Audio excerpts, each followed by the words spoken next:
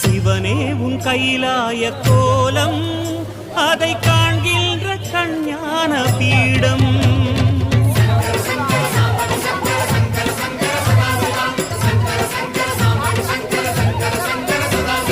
சிவனே உன் கைலாய கோலம் அதை காண்கின்ற கஞான பீடம்.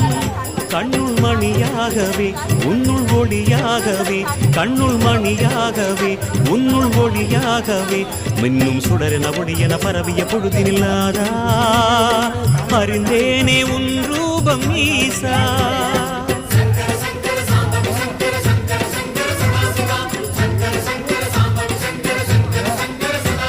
சிவனே உன் கைலாய கோலம் அதை காண்கின்ற கஞான பீடம்.